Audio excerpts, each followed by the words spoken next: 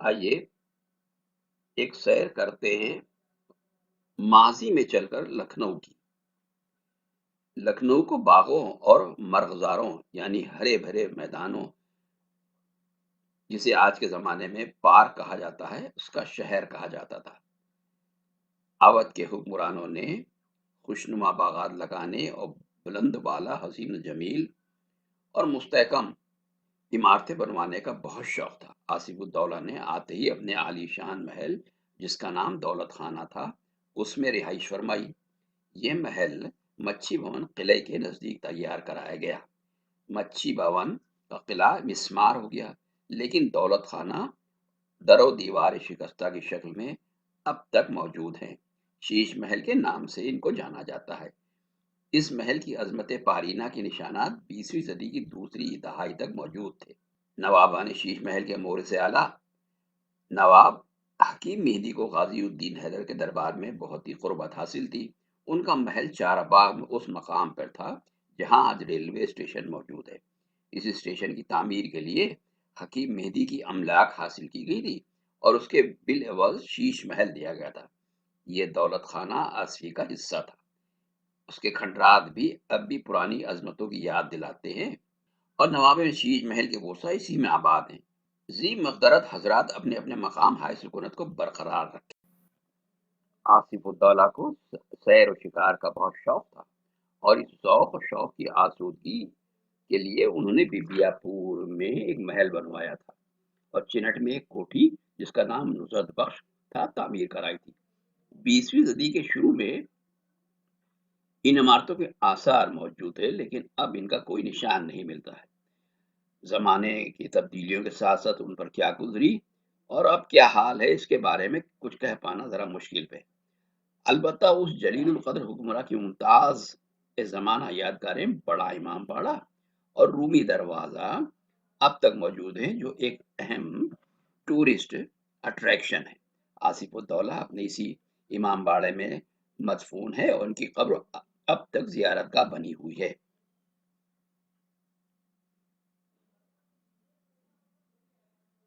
اس دور کے لوگ جب وکٹوریا اسٹریٹ میں سیر کرنے گھومنے جایا کرتے تھے، اسی دوران امام باڑے کی زیارت کے لیے رومی دروازے سے گزرتے ہوئے جاتے تھے۔ یہ شوق زیارت اس لیے زیادہ تھا کہ اس زمانے میں امام باڑے پر ضبط خالی طاری ہونا شروع ہو گئی تھی۔ جدید اصطلاحات کے بعد اب اس کی حالت سدھر گئی ہے اور آج یہ کافی بہتر حالت میں موجود ہے اور اس کو دیکھنے کے لیے ہزاروں لوگ روز جاتے ہیں۔ یہ عظیم المثال عمارتیں اپنی فنکاری اور صنعت کاری کے عظمتوں سمیت برقرار ہیں۔ آصف الدولہ کے زمانے کا ایک باغ جس کا نام عیش باغ بھی تھا، جس کی تعریف بہتوں نے اپنے بزرگوں سے سنی ہوگی، وہاں پر ایک بہت محلہ آباد ہو گیا۔ اسی کے بیچ میں چھوٹی لائن کا ریلوے اسٹیشن تعمیر ہے، جو ایک زمانے میں بڑی اہمیت کا مالک تھا۔ یہ اہمیت اس ریلوے لائن کے چار باغ تک بڑھ جانے کے سبب سے بہت کم ہو گئی۔ اسی زمانے کی یادگاریں لامارٹینر کی عمارتیں، جسے کانسٹینشیا کہا جاتا ہے، جن میں ٹوڈی مارٹن صاحب کی کوٹھی کے عجائب بعد میں شمار کی جاتی تھی۔ آصف الدولہ کو یہ عمارت اتنی پسند آئی تھی کہ انہوں نے اسے خریدنے کا ارادہ کر لیا تھا، لیکن قسمت کے سلسلے میں گفتگو جاری تھی کہ نواب صاحب کا انتقال ہو گیا۔ مارٹن کی یادگار لامارٹینر کالج انگریزی کے زمانے میں اپنے شباب پر تھا اور بڑی شہرت کا مالک تھا۔ عمارتوں کی داشت اور برخاست پہ توجہ تھی، لیکن پہلی سے توجہ اب نہیں ہے۔ حالانکہ آج اگر ہم جا کے لامارٹینر کو دیکھتے ہیں تو بڑی بہترین حالت میں دکھائی دیتا ہے اور اس کے آس پاس کی تمام اراضی کافی مینٹین کر دی گئی ہے، کافی ہریالی ہے اور بہت اچھی حالت میں ہے۔ آج بھی یہاں پر ایک نامور اسکول قائم ہے اور یہاں ایڈمیشن لینے کے لیے لوگ بڑی جدوجہد کرتے ہیں۔ چار باغ کے سلسلے میں ایک اہم بات جو بتانا ضروری ہے وہ یہ ہے کہ تاریخ کی سیر سے واضح ہوتا ہے کہ اس نام کے دو باغ دنیا میں گزرے ہیں، ایک اصفہان یعنی ایران میں اور دوسرا دہلی میں نواب اعتماد الدولہ نے تعمیر کیا تھا۔ لکھنؤ کا چار باغ عہد آصفی کی تعمیر ہے، جس کے بارے میں کہا جاتا ہے کہ لکھنؤ کے چاروں طرف چار باغ تھے۔ آصفی باغوں میں محمد باغ اور امام باغ کا تو وجود نہیں ہے، یعنی محمد باغ، امام باغ، وزیر باغ اور چار باغ، ہر چار طرف ایک ایک باغ موجود تھا۔ اور اب امام باغ اور محمد باغ کا وجود تو پتہ ہی نہیں کسی کو، وہ کہاں پر تھے، کیسے تھے۔ چار باغ وزیر باغ البتہ باقی ہے۔ اس عبارت کی تاریخ سے واضح ہوتا ہے کہ حدود لکھنؤ کے آصف الدولہ کی مقرر کردہ ہیں۔ اس سے ان کی سیاست پر بھی روشنی پڑتی ہے اور نیک نیتی کا حال بھی کھلتا ہے۔ وہ اپنی مختصر عمر میں سلطنت لکھنؤ میں خوب جی بھر کر آباد کر گئے۔ لکھنؤ کی چوہدی میں ہر طرف ایک باغ کا موجود ہونا بہت سی کتابوں میں ملتا ہے۔ وزیر باغ مغربی حد میں اب بھی موجود ہے۔ ممکن ہے امام باغ اور محمد باغ پر بھی کچھ حالات کسی کتاب میں مل جائیں، حالانکہ بہت مشکل حل ہوتا ہے۔ چار باغ پہ اب لکھنؤ کا سب سے بڑا ریلوے اسٹیشن موجود ہے۔ سعادت علی خان نے اپنے دور اقتدار میں غالباً تعداد کے اعتبار سے بہت زیادہ عمارات بنوائی تھیں۔ خود اپنی رہائش کے لیے فرحت بخش اور حیات بخش کوٹیاں تعمیر کرائی تھیں، جو اب بھی چھوٹی چھتر منزل جس میں اب لکھنؤ کمشنر کا آفس ہے وہ اور موجودہ ہائی کورٹ کی عمارت کے درمیان میں موجود ہے۔ لار بارادری، جسے قصر سلطان بھی کہا جاتا ہے، اپنے دربار کے لیے تعمیر کرائی تھی، اور ٹیڑھی کوٹی انگریز ریزیڈنٹ کی سکونت کے لیے بنوائی تھی۔ غدر کے بعد یہ عمارات بھی انگریزی حکومت کے قبضے میں آ گئی تھی۔ فرحت بخش اور متعلقہ عمارات میں اب محکمہ صحت کے ڈائریکٹر کا مرکز ہے اور دیگر دفاتر ہیں۔ ٹیڑھی کوٹی میں چیف کورٹ آف اودھ کے چیف جج رہا کرتے تھے۔ اس میں اب لکھنؤ ٹرانسپورٹ کا دفتر ہے۔ سعادت علی خان نے دریا پا، دلارام کوٹھی، دلکشا کوٹھی تعمیر کرائی تھی، اور موتی محل کی اصل عمارت بھی انہی کے حیات میں مکمل ہو چکی تھی۔ دلارام کوٹھی اور دلکشا کوٹھی کی نمایاں آثار بہت زمانے تک موجود رہے، لیکن اب اس کا کوئی نشان نہیں ملتا ہے۔ ممکن ہے کہ دلکشا میں ابھی کچھ کھنڈرات نظر آ جائیں، لیکن اب وہاں پورا محلہ آباد ہے اور ایک بڑی کالونی بن گئی ہے، اور موتی محل کی تکمیل غازی الدین حیدر نے کر دی تھی۔ یہ مکان اب بہت اچھی حالت میں ہے۔ عمارات میں اضافے ہوئے ہیں اور باغ بھی اچھی حالت میں ہے، کیونکہ اس کا رقبہ بہت کم ہو گیا ہے۔ دلکشا کوٹھی جو کسی کھنڈر کی حالت میں تھی، اب کافی مینٹین کر دی گئی۔ ان تمام عمارات کے علاوہ کوٹھی نور بخش اور خورشید منزل بھی سعادت علی خان کی طرف منسوب تھی، اور چار باغ بھی انہی کا لگوایا ہوا تھا۔ کہا جاتا ہے وہاں ایک دوسرے سے متصل چار باغ تھے، اسی لیے یہ نام دیا گیا۔ اودھ کے حکمرانوں کو اپنے گھوڑوں کے لیے بھی عالیشان عمارات بنوانے کا ذوق تھا۔ سعادت علی خان نے چوپڑ اسپتال بنوایا، جو بڑی شہرت کا مالک تھا۔ واجد علی شاہ کے دور میں سلاخوں والا استبل مشہور تھا۔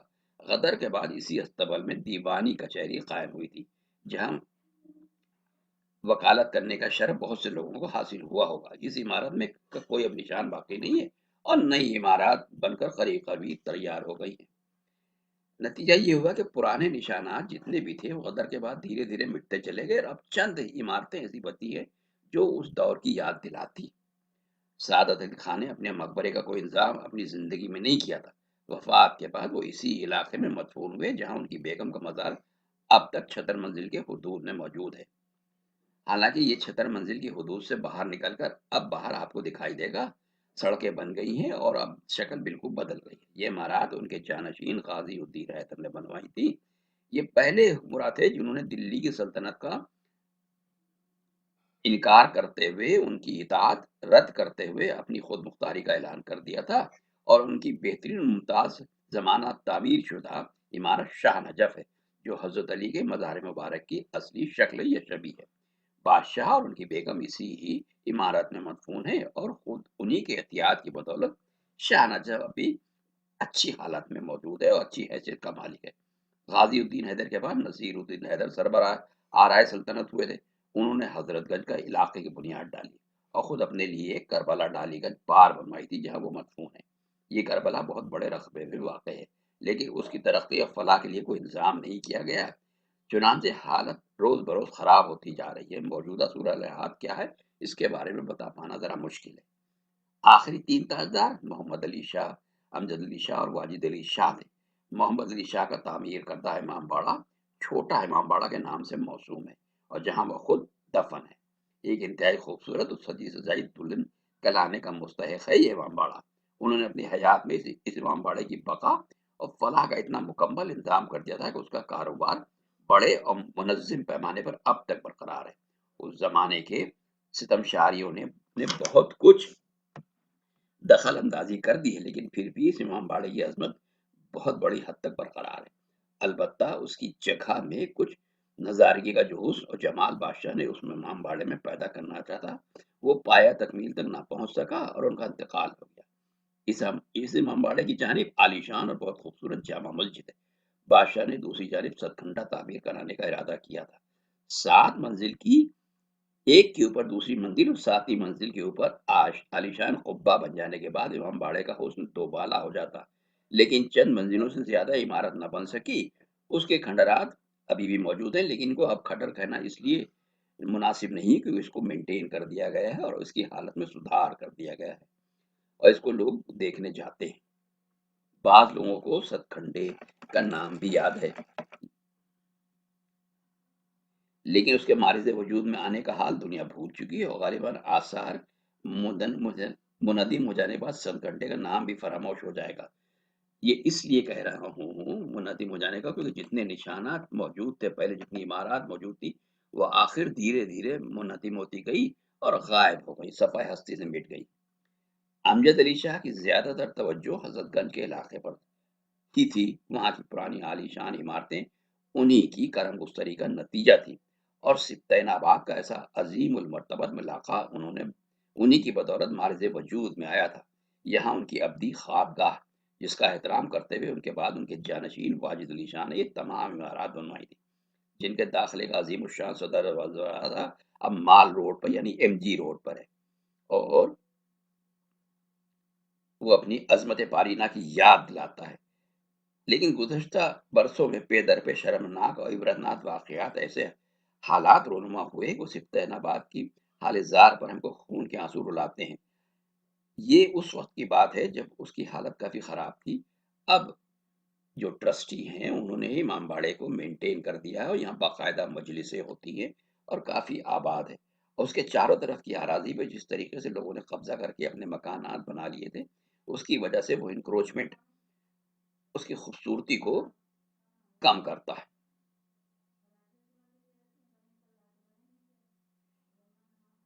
واجد علی شاہ اس سرزمین پر یعنی لکھنؤ میں دفن نہیں ہوئے۔ اس آخری تاجدار نے چھتر منزل اور قیصر باغ کی عمارات میں اپنی مایا ناز یادگاریں چھوڑی۔ ایک کو چھوٹی چھتر منزل کہا جاتا ہے، یہ غفلت اور جہالت کی بدولت گر گئی، منہدم ہو گئی۔ اصلی چھتر منزل انگریزوں کے دور میں یونائٹڈ سروس کلب کے استعمال میں آئی تھی، لیکن اب یہاں پر سینٹرل ڈرگ انسٹیٹیوٹ کا دفتر ہوتا تھا، اور جو اب کسی اور جگہ پہ چلا گیا ہے۔ اس کو اب لکھنؤ کے پراتتو وبھاگ نے اپنے کنٹرول میں لے لیا اور یہاں پر کسی قسم کے میوزیم کو بنا جانے کا پروگرام ہے۔ قیصر باغ اپنی اصلی چار دیواری میں بہت کچھ کھو چکا ہے۔ اس کے شمالی اور جنوبی صدر دروازے ایک مدت ہوئے ختم ہو چکے ہیں۔ ان کے چاروں طرف جو خوشنما اور دیدہ سے راستے مشرقی انداز میں بنائے گئے تھے، وہ ملیاں میٹ ہو چکے ہیں۔ اس زمانے کے لوگوں کو یاد ہوگا کہ چھتر منزل سے قیصر باغ تک اور قیصر باغ کے مغربی پھاٹک کی سمت بھی نیز مشرق میں چائنا بازار گیٹ تک دو طرف مہندی کی درختوں کی چھاڑیں موجود تھیں، جو انتہائی خوشنما تھی اور اپنا جواب نہیں رکھتی تھی۔ نئی سڑکوں کی تعمیر ہمارا مشرقی انداز خوشنما فنا کے گھاٹ اتر گیا۔ قیصر باغ کی عمارتیں اودھ کے تعلق داروں کو تسلیم کر دی گئی، اس لیے محفوظ ہیں، اپنی اصلی رنگ صورت میں کسی حد تک موجود ہے، لیکن اس میں بھی کافی کچھ تبدیلیاں کافی حد تک دکھائی دینے لگی ہیں، کیونکہ جو رہائش کرنے والے لوگ ہیں وہ اپنے حساب سے، اپنی ضرورت کے حساب سے اس میں جب تک تبدیلی کرتے رہتے ہیں، اور اس کے لیے کوئی سختی کا قانون شاید اب نہیں ہے، کیونکہ ادھر کچھ دنوں سے لگاتار دیکھا جا رہا ہے کہ قیصر باغ چوراہے پر موجود جو عمارتیں تھیں وہ منہدم کر کے وہاں پر اب کمرشل کمپلیکسز بن گئے۔ تاریخ کی کتابوں میں درج ہے کہ قیصر باغ میں سفید بارادری کے علاوہ سفید بارادری، جسے بادشاہ نے قصر ازا کا نام دیا تھا یا قصر بکا رکھا تھا، یہاں تعلقات داران اودھ کی انجمن کا دفتر ہے اور بڑی حد تک اچھی حالت میں ہے اور اس کو کافی استعمال میں لایا جاتا ہے۔ اور اسی قیصر باغ میں بیچ میں کہیں پر نگینے والی بارادری موجود تھی، اور اس نگینے والی بارادری کے چاروں طرف 4 پتھروں کے مجسمے بھی موجود تھے جو شاید اب بارادری جسے لکھنؤ کے زولوجیکل گارڈن میں یا زو میں شفٹ کر دیا گیا ہے، وہاں پر نصب کر دی گئی ہے۔ کہا جاتا ہے کہ وہ بادشاہ واجد علی شاہ بیشتر راتوں کو موسم گرما میں اسی چھوٹی نگینے والی بارادری میں آرام فرماتے تھے۔ حکومت کی ایکسیشن کے بعد راتوں کو بڑی تعداد میں لوگ جمع ہو جایا کرتے تھے اور آنے والے زار و قطار روتے تھے، لہذا انگریزی حکومت نے اسے بارادری کو بنارسی باغ میں منتقل کر دیا، جہاں شہریوں کا پہنچنا دشوار ہو گیا۔ اب یہاں پر میوزیم اور زو موجود ہے۔ بقول غالب کے ہمارے ماضی کا لکھنؤ کیسا تھا، اس کے بارے میں وہ کہتے ہیں، لکھنؤ کا کیا کہنا، اللہ اللہ، وہ سرکار امیر گر تھی، وہ ہندوستان کا بغداد تھا، جو بے سروپا وہاں پہنچا امیر بن گیا۔ سپاہیانہ آن بان، شعر و شاعری، عشق و عاشقی، خوش پوشاکی، خوش خوراکی، خوش اخلاقی اور ہر بات میں نفاست و شائستگی لازمہ انسانیت سمجھی جاتی تھی۔ شاہی اعلان کے ساتھ آئین کی تنظیم اور تکریم کی بھی سختی تھی۔ سروقت کھڑے ہو کر آدھے دڑ سے جھک کر ساتھ ساتھ تسلیم بجا لانا، خندہ پیشانی سے پیش آنا تہذیب میں داخل تھا۔ غازی الدین حیدر کا عہد لکھنؤ کے تہذیب و تمدن و زبان و شاعری، علوم و فن کی ترقی کا درخشاں عہد ہے۔ اپنے مختصر دور میں انہوں نے علم و ادب کی جو خدمت کی، اسے تاریخ نظر انداز نہیں کر سکتی۔ یورپین سیاح پادری ہیپر کا بیان ہے کہ سارا ملک آباد، سر سبز و شاداب اور رعایا خوشحال ہے۔ مولانا قلوب محمد نے ہفت خلزم کے دباچے میں اس وقت کے لکھنؤ کی جو کیفیت بیان کی، اس کا آزاد ترجمہ طولانی القاب اور مقرر رات حذف کر کے پیش کیا جاتا ہے۔ کہتے ہیں کہ 22 رجب 1329 ہجری سن شنبہ کے دن غازی الدین حیدر نے مسند حکومت پر قدم رکھا اور پالکی نالکی ہاتھی گھوڑے خلعت و منصب جاگیر دور مہا انعام و اکرام سے سرداروں، سپاہیوں، امیروں اور رعایا کو نہال کر دیا۔ اس کے بعد نئے اور پرانے شہر کی آبادی اور مکانات تمام اور ناتمام کی تعمیر پر توجہ کی اور اپنی ایجادوں اور اختراعوں سے ایسی تجدید آرائش کی گئی، دیکھنے والے حیران ہو گئے۔ طرح طرح کی نشیمن باغوں اور باغیچوں سے مکانات کو جنت بنا دیا گیا۔ دولت خانہ یعنی مبارک منزل ایسا وسیع و شاندار بنوایا کہ قصر قیصر اور ایوان کسرا کو مات کرتا تھا۔ خاص بازار جو جوہری بازار کی کیا تعریف کروں، عمارتوں کی ترتیب اس طرح متوازن تھی کہ دو طرفہ آبادی شیر کے مصروں کی طرح موضوع، عمارتیں کشادہ، گلیاں چوڑی، مکان و صحن باغ سے بازار تک آراستہ، دکانیں سلک و جواہر کی طرح درخشاں، دکانیں معشوق کے ابروؤں کی طرح پیوستہ۔ شورائے سخاوت نے گروہ ہا گروہ آدمی روم، ایران اور ہندوستان کی جمع کر دی ہیں، جو نئے اور پرانے شہر میں سکونت اختیار کر کے شاہی بزل اور عطا سے عیش و آرام کی زندگی بسر کر رہے ہیں۔ اس وقت لکھنؤ کیسا آباد ہے، اس کا اندازہ کرنا مشکل ہے۔ سیاحان ممالک کہتے ہیں کہ ایسے شہر روئے زمین پر نہیں دیکھا۔ استنبول تخت گاہ روم اپنی عظمت میں مشہور ہے، لیکن اس شہر کے برابر نہیں۔ قزوین اور اصفہان دارالسلطنت ایران لطف و خوبی میں شہرت رکھتے ہیں، مگر اس کے مقابل ہیچ ہے۔ اس شہر کے ناچنے اور گانے والیوں کا کیا حال بیان کروں، ہر ایک حسن میں یکتا، چاند سا چہرہ، کالے کالے بال، پھول سے گال،